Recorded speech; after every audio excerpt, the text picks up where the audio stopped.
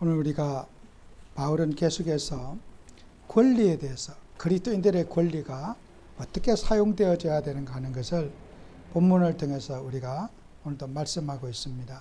그래서 오늘 우리가 두 번째 우리 시간에 그리스도인의 권리, 우리가 두 번째 시간 말씀 속에서 우리가 권리만 있는 것이 아니라 이 권리에 대한 권리가 있으면 책임이 있어요. 우리가 어떻게 자유롭게 산다는 것은 좋은 일이잖아요. 그런데 그 자유를 잘 관리하지 못한 것에 대한 책임, 또 이 책임을 또 우리가 져야 된단 말이에요. 그래서 우리가 우리 자유민주주의 국가에서는 이렇게 자유롭게 뭐든지 자기가 할 수 있는 권한과 결정을 줍니다. 그러나 그 어떤 그 위법을 했을 때는 또 그에 대한 책임을 또 져야 되고, 또 잘못을 했을 때는 처벌을 또 받아야 되는 거 아니겠어요? 그래서 우리가 권리만 주장하면 안 되고, 이 두 가지가 같이, 권리와 책임이 같이 동등하게 우리가 주장되어져야 됩니다. 그래서 성경 말씀에도 마태복음 25장 14절에서 21절에 있는 내용에 예수님께서 이 달란트 비유를 예수님께서 해주십니다. 이 달란트 비유의 핵심의 내용을 우리가 잘 살펴보면, 이제 임금이 타국에 가면서 종들에게 이제 그 미션을 주는 거예요. 그래서 그 임금이 외국에 이제 출장을 가면서 5달란트를 사람에게 맡겨서, 너 이 5달란트 가지고 열심히 일해가지고 이윤을 남겨라. 또 줬어요. 또 2달란트 맡은 자에게도 또 그렇게 하고, 1달란트 맡은 자에게도 그렇게 했는데, 그래서 이제 타국에 이제 주인이 돌아와서 보니까 5달란트 받던 사람이 열심히 일을 해가지고 5달란트를 남겼습니다. 2달란트 받은 사람, 저도 또 2달란트나 남겼습니다. 근데 이제 문제는 마지막에 1달란트 받은 사람이 그걸 그대로 땅속에 파묻어 놓고 주인이 올 때 이제 자기는 그 일도 안 하고 그대로 돌려줬어요.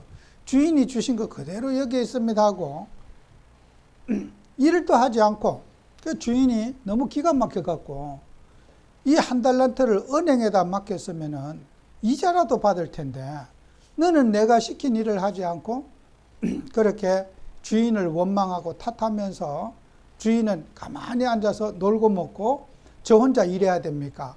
주인을 원망하면서 대들었어요. 그 주인이, 그 왕이, 임금이 돌아와서 어떻게 했겠어요? 그 사람이 1달란트를 뺏어가지고 그 있는 사람에게 다 줘버리고 이 사람은 감옥에 가다 뿌리게 된 거예요. 그 우리가 이 비유를 통해서 1달란트 받은 사람, 이 1달란트 받은 사람의 실수는 무엇인가 하는 거예요. 잘못한 것이. 5달란트 받은 사람과 2달란트 받은 사람은 열심히 일해서 왕을 기쁘게 했는데, 이 1달란트 받은 사람의 실수는 있어요. 하나님이 자신에게, 나에게 주신 재능, 나에게 주신 것을 발견하지 못한 거예요. 우리가 사람들은요, 5달란트 받았던, 2달란트를 받았던, 1달란트 받았던 각자에게 하나님은 재능을 하나님이 주셨다는 거예요. 어떤 분은 몸이 건강치 못해서 겨우 이렇게 몸만 다닐 수 있는 분도 있고, 그거는 그 사람 나름대로 최선을 다하면 되고, 건강한 사람은 건강한 사람 하면 되고, 어떤 사람은 돈이 많은 사람도 있고 돈이 아주 적어서 정말 봉사할 수 없는 사람도 있어요. 각자가 하나님이 나에게 주신 것만 하면 되는데, 이 사람은 하나님이 나에게 주신 것을 발견하지 못하고, 이 사람은 비교의식에 탁 빠져 있는 거예요. 비교의식. 남하고 비교해갖고 내가 상대적으로 박탈감을 당하는 거예요. 우리 세상에는 부자도 있고 가난한 자도 있고 건강한 사람도 있고 다 다양한 사람들이 있잖아요. 근데 이것을 비교하면서 내가 가진 것을 불평하고 원망하게 되는 거잖아요. 그 비교의식에 빠져 있는 거죠. 그 다음에 또 이 사람 뭐예요? 열등의식에 빠져 있어요. 나는 아무리 잘해도 저 5달란트 맡은 사람만큼은 잘할 수 없다고 하는 열등의식 있잖아요. 그래서 내게 이 임금이 시키는 명령을 자기가 순종을 잘하면 되는데 나는 1인자가 될 수 없다고 하는 열등의식 있잖아요. 나는 아무리 잘해봐야 1등할 수가 없기 때문에 나는 포기하겠다고 하는 거 아니겠어요? 그래서 우리는 사람들은 100명이 달리기를 하면은 1등은 한 명뿐이 없어요. 그 한 명이 안 되면은 나는 못하겠다. 이게 열등의식이란 말이에요. 그 우리는 하나님 앞에 내가 할 수 있는 일을 하면 되지 열등의식에 잡힐 필요 없다는 거죠. 그죠? 그 다음에 한 달란트 받은 실수가 뭐겠어요? 지나친 과욕을 부린다. 지나친 과욕을 부려요. 욕심이 많아요.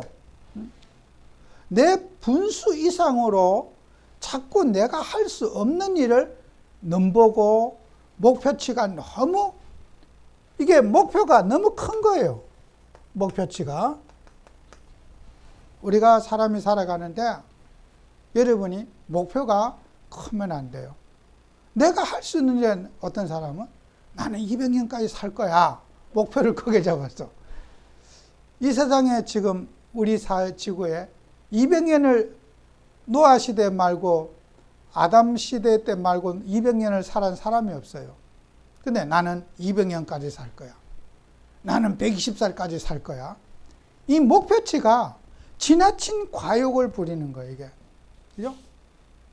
이 목표가 잘못됐기 때문에 모든 것이 잘못되어져 가는 거예요. 나는 안 죽을 거야. 나는 건강하기 때문에 절대로 병들거나 늙지 않을 거야는 지나친 과욕을 자꾸 부린다. 현실은 절대로 그럴 수 없는데 이상주의자적인 생각을 가지고 있다는 거예요. 이상주의. 나만은 특이하게 목표에 도달할 수 있을 것만 같은 과욕을 부리는 사람. 그죠? 이게 한 달란트 받은 사람이 놓친 부분이에요. 그 다음에 또 더 중요한 것은 이 사람이 노린 거는 더 중요한 것은 자신의 신분을 망각한 거예요. 이게 제일 중요한 실수예요. 임금이 무엇을 시켰으면은 순종하고 복종해야 되잖아요. 임금한테도 대들어요. 죽을 짓을 하는 거예요. 임금이 왕인 왕정시대에 임금한테 대들면 그거는 화약을 들고 불 속에 뛰어드는 거나 같은 거예요. 교만한 거잖아요. 교만. 그죠? 교만. 내가 상대할 수 없는 사람인데 순종해야 될 임금 앞에 순종하지 않고 임금한테 빠락빠락 대드는 거예요. 잘했다고. 이게 자기의 신분을 놓친 거란 말이에요. 우리 하나님 자녀들은 순종하고 주님 앞에 복종하고 주님의 말씀에 순종할 사명이 있지. 주님한테 빠락빠락 대들고 이렇습니까 저렇습니까 따지고 이러면요. 그거는 우리가 할 도리가 아니에요. 우리는 주님이 뭐라고 말씀하시든지 예, 아멘 이렇게 따라가면 돼요. 그런데 이 한 달란트 받은 사람은 아멘 신앙을 갖지 못했어. 뭐든지 토시를 달면서 반박하고 내가 왜 해야 됩니까 하고 따지고 대드는 이런 나름대로 자기 신분을 놓치고 왕한테 대드르는 거예요. 이 사람은 자기 무덤을 자기 스스로 판 사람이에요. 우리가 이런 달란트 비유를 예수님이 우리에게 주신 거잖아요. 이걸 굉장히 우리 참고해야 돼요. 나는 혹시 이런 자리에 있지는 않는가? 저 자신도 마찬가지예요. 남에게 열등의식을 가지고 어떤 내가 성과를 이루지 못하고 과욕을 부리고 저에게도요. 저는 말씀을 준비하고 이게 전부 다 저에 대한 말씀이에요. 이게 여러분을 위해서 말씀을 주는 게 아니라 저 자신도 이 달란트 비유를 통해서 내가 치유받아야 할 것이 이렇게 많다는 거예요. 제가 여러분 들으라고 이 설교하는 게 아니라 저 자신에게 이런 부분이 있다는 거예요. 우리는 이런 부분들을 하나님 앞에 치유받는 그런 여러분이 되어야 됐다. 우리 예수님이 비유하신 이 배우는요, 모든 사람에게 해당되는 거지 특정한 사람에게 해당되지 않아요. 예수님이 우리에게 비유하신 이 말씀은 성경을 보는 모든 사람에게 치유받아야 될 말씀이기 때문에 예수님이 이 달란트 비유를 우리에게 주신 겁니다. 그래서 여러분은 말씀을 상고하면서 나는 이런 부분에 빠져 있지는 않는가. 한 달란트 받은 사람처럼 불평하고 원망하고 비교의식 속에 낙심하고 나는 무능하고 못한다고 또 우리가 예수님의 말씀에 순종하지 않고 대드는 것은 없는지 우리가 이런 것들을 좀 살펴보는 그런 삶이 되어야 될 겁니다. 그래서 여러분은 하나님의 자녀가 가진 이제 권리를 우리가 한번 생각해 봐야 돼요. 하나님 자녀가 가진 권리. 그래서 우리가 권리는 여러분 아까도 했지만 자유인이에요. 자유에는 어떻게 해요? 책임과 권리에는 책임이 따른다 그랬잖아요. 그래서 요한복음 8장 32절에 그런 말씀이 있거든요. 진리를 알지니 진리가 너희를 자유케 하리라 그랬어요. 그래서 여기에서도 유대인들이 또 못 깨달은 게 있어요. 유대인들이 깨닫지 못한 거. 진리가 너희를 자유케 하리라 그랬더니 유대인들이 우리는 종이 된 적이 없다 그래요. 그런데 유대인들이 깨닫지 못한 것이 영적인 사실을 모르는 거예요. 그죠? 우리가 육신적인 어떤 지배를 받고 그런 것이 아니라 영적인 사단의 문제, 지옥의 권세, 저주와 재앙에 빠진 세상. 그죠? 여기에 사람들은 창세기 3장 속에 있는 묶여있는 노예된 상태를 몰랐거죠. 그렇기 때문에 우리는 아브라함의 자손이기 때문에 종된 적이 없다. 원래 자유로운 사람이었다. 그렇게 이제 유대인들은 예수님께 주장합니다. 진리를 알지니 진리가 너희를 자유케 하리라. 그래서 유대인들이 정말 못 깨달은 게 유대인들이 못 깨달은 것들이 이게 요한복음 8장 44절을 못 깨달은 거예요. 너희는 너희 아비 마귀에서 났으니. 그죠? 이게 사단 마귀에 우리가 종됐던 거. 이걸 우리가 이 문제에서 빠져나오는 길을 유대인들은 모르는 거예요. 그죠? 우리가 이 세상에 살아가면서 요한복음 8장 44절에서 빠져나오는 길이 바로 예수님입니다. 거기에 자유함을 주신 분이 바로 우리 예수님이란 말이에요. 그 유대인들의 실수는 하나님의 자녀의 권리를 우리는 육신적인 것에 맞출 것이 아니라 영적인 것. 사단의 손에서 빠져나오는 길이 뭔가? 그리스도 이름이 아니고는 절대로 이 사단의 문제에서 빠져나올 수가 없고요. 그리스도 이름이 아니고는 절대로 우리는 지옥의 권세에서 해방받을 수가 없어요. 우리의 자신도 모르게 일어나는 저주와 재앙, 그리스도가 아니면 막을 수가 없단 말이에요. 그러니까 유대인들이 놓친 게 뭐예요? 하나님을 제일 잘 믿는 유대인들이 놓친 것은 이 세 가지 문제 해결자 그리스도를 놓친 것이 가장 큰 실수 중에 실수가 바로 이 문제 아니겠어요? 그 다음에 유대인 우리가요, 하나님 자녀의 권리는 여러분은 법적 상속인이 되었다. 상속인. 갈라디아서 4장 30절에 그죠? 갈라디아서 4장 30절과 창세기 21장 8절에서 11절에 있는 내용이거든요. 이게 뭐냐? 우리가 하갈을 통해서 난 이스마엘, 또 사라를 통해서 태어난 이삭, 똑같은 아브라함의 자식이거든요. 그 두 자식인데 창세기 21장에 보면은 그 이제 이삭이 젖을 떼고 나서 큰 잔치를 베풀고 이런데 집안에 큰 갈등이 있었어요. 창세기 21장 11절에 보면은 아브라함이 그의 아들로 말미암아 그 일이 매우 근심이 되었더라 그랬어요. 사라가 이삭을 낳고 나니까 집안에 불화가 일어났어요. 이제는 먼저 태어난 이스마엘과 이삭과의 그런 대립이 되어지고, 또 하갈과 첩인 이 하갈이 먼저 아기를 낳기 때문에 사라하고 충돌이 됐어요. 그래서 이제 사라하고 하갈하고 싸움이 벌어져서 본처와 첩이 싸움이 벌어지니까 이제 사라가 아브라함에게 얘기하는 거예요. 저 하갈을 내쫓아달라. 사라와 하갈과 이스마엘을 우리 집에서 내쫓아달라.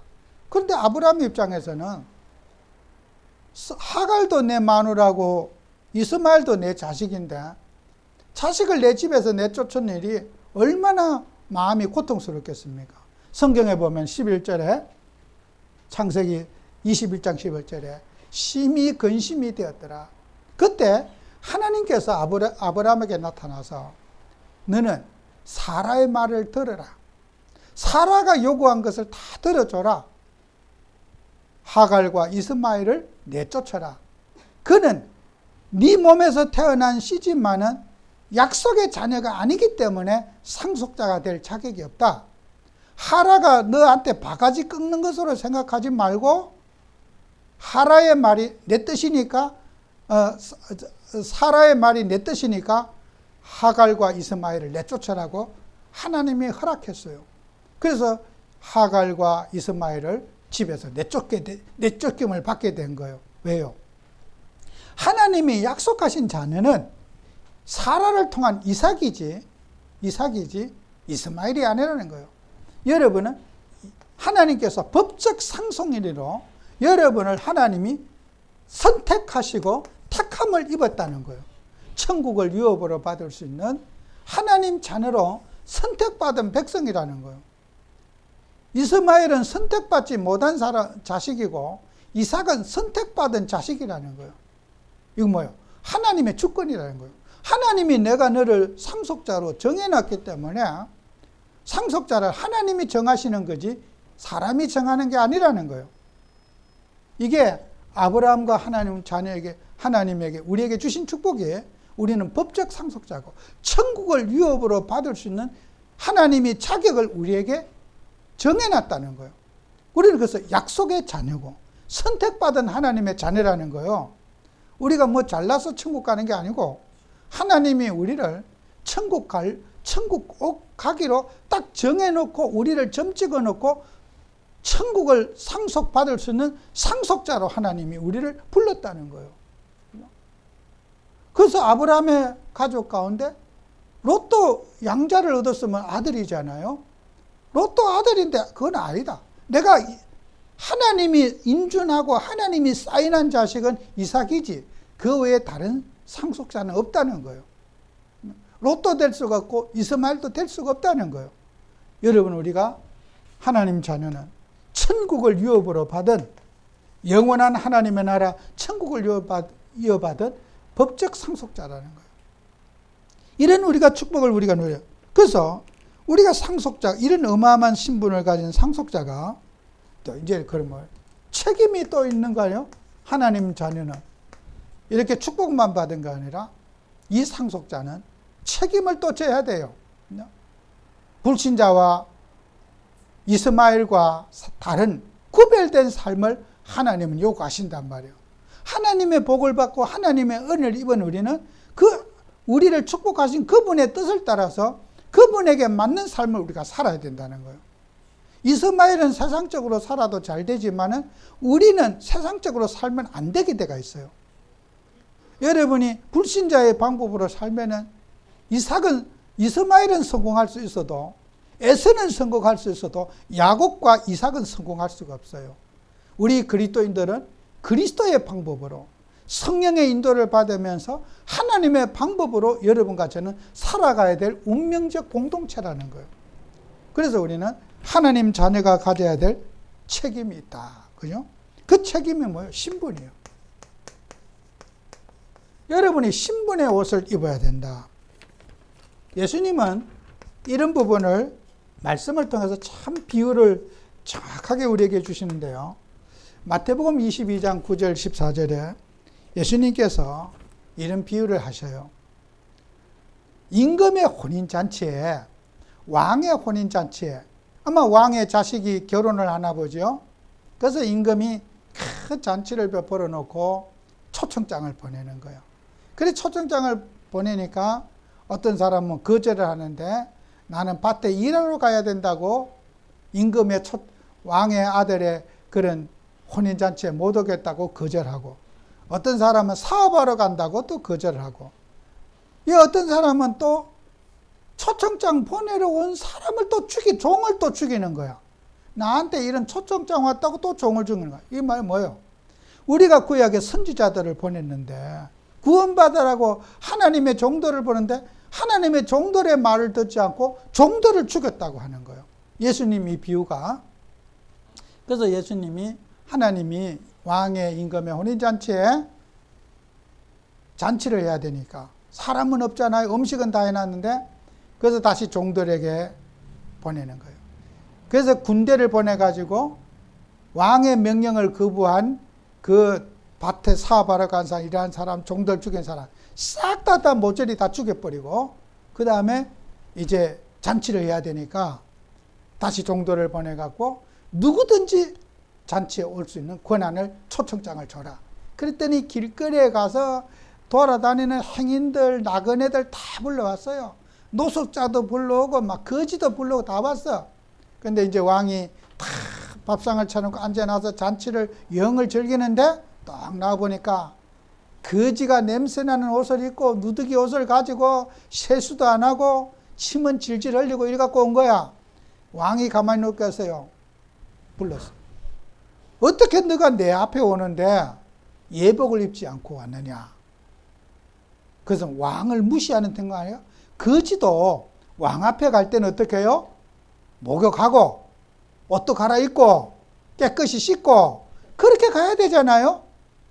지금 거지를 아무리 하더라도 왕 앞에 가는데 깨끗이 하고 수염도 깎고 단정히 해가지고 가야 될 거 아니에요? 잔치집에 냄새 풍기면서 썩은 냄새 풍기고 그러면 잔치집 왕을 모독하는 행위가 아니에요? 그래서 그 거지들을 잡아다가 다시 옥에 갖다 버리라. 고통받는 곳에 갖다 버리라. 예수님이 뭐라고 하냐? 청함을 받은 사람은 많되 택함을 받은 자는 적도다 그랬어요. 이게 무슨 말이에요? 우리는 어떤 일이든지 신분에 걸맞는 삶을 살고 신분에 어울리는 행동을 하라는 그런 뜻 아니에요. 우리는 하나님의 자녀거든요. 우리는 누구든지 이 하나님 자녀의 신분에 맞는 삶을 살아라.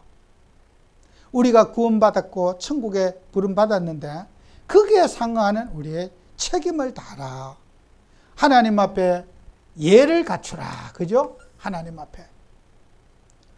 우리를 구원하신 하나님, 나를 초대하신 하나님, 나를 축복하신 그 하나님 앞에 우리는 평생을 하나님 앞에 예를 갖추는 삶을 살아라.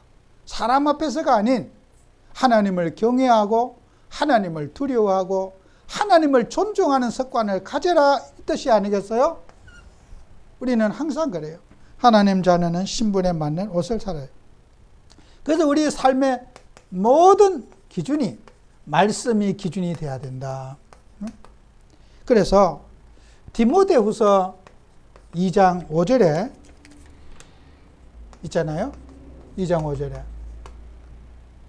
경기하는 자가 법대로 경기하지 않으면 상을 얻지 못한다 그랬어요.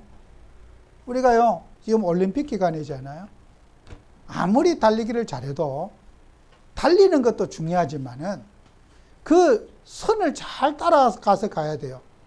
그러면 옆에 선을 어긋나 가지고 밖으로 티를 나간다든지 안으로 들어오면요 그거는 실격패예요. 면류관을 주지 않아요. 경기하는 자는 법대로 해야지 상을 받는다. 그죠? 우리는 어떤 일에도 잘하고 못하고 열심히 해야 되지만은 항상 말씀 속에서 기준을 삼아서 해야 된다는 것이 우리 하나님이 우리에게 주신 뜻이에요. 우리는 항상 말씀을 빗나가지 말자. 그리고 우리가 마지막으로 꼭 잊어서는 안 될 것. 잊어서는 안 될 것. 우리가 하나님이라는데 오늘 본문 말씀에 있는 내용이잖아요. 바울은 이게 나는 사명을 받았노라. 내가 굶어서 죽을지언정 권리를 쓰는 것 때문에 성도들을 실족시키거나 상처 주는 일이 있다면 나는 굶어 죽어도 하나님의 영광을 가리고 복음의 영광을 가리는 일은 하지 않겠다. 그죠? 나는 사명을 받았다. 나는 이 복음을 전하지 않으면 내게 화가 미칠 것이다. 나는 주님의 영광을 위해서 내가 주님의 뜻을 해서 내가 어떤 손해를 보고 어떤 고생을 하더라도 하나님의 뜻을 위해서 나는 모든 것을 살아가기를 원한다. 이게 오늘 본문에 우리에게 주신 그리스도인의 권리를 쓰는 이것이 저는 기준이라고 봐요. 뭘 잘했다 못했다 하면 된다 안 된다가 아닌 정말 우리는 사람을 살리고 복음 정말 우리 주님의 영광을 위해서 우리가 내 권리를 사용할 수 있어야 된다. 이것이 바울이 오늘 본문에서 주는 우리에게 교훈이거든요. 그리고 우리는 구원의 축복을 저와 여러분이 반드시 누려야 된다. 베드로전서 1장 9절에 뭐라고 되어 있어요? 믿음의 결국은 곧 영원 구원이라 그랬어요. 우리는 항상 하나님의 백성을 살리고 용기 주고 힘 주고 예수님을 사랑하게 만드는 일에 우리가 모든 것을 기준을 가지고 우리가 권리를 사용해야 된다. 그죠? 어떤 사람은 정말 가난한 사람도 있고 부한 사람도 있고 내가 아무리 돈이 많아도 내가 돈 쓰는 것 때문에 그 가난한 자가 상처를 받는다 하면은 우리가 그런 것들도 조심해야 되고, 그죠? 우리가 어떤 것이든지 뭐 취하고 싶은 것도 아무리 내가 어떤 환경이 좋아도 가난한 자가 상처받는 일이 있다면 상처받지 않도록 우리가 모든 사람에게 항상 기준을 가지고 살아야 된다. 이것이 우리가 권리를, 주님이 주신 권리를 사용하는 방법이거든요. 그래서 우리가 또 이 오늘 우리 고린도전서 9장을 통해서 정말 우리는 이 복음의 핵심을 가지고 정말 우리가 하나님 자녀들이 이런 우리가 권리를 쓰되 죄를 우리가 제사함 받고 구원받은 하나님의 자녀가 모든 일에 하나님의 영광을 드러내는 그런 삶이 되시기를 축원합니다. 기도합니다.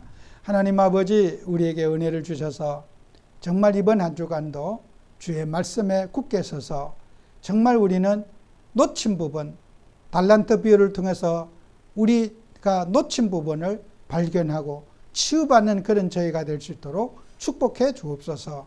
예수님 이름으로 기도합니다. 아멘.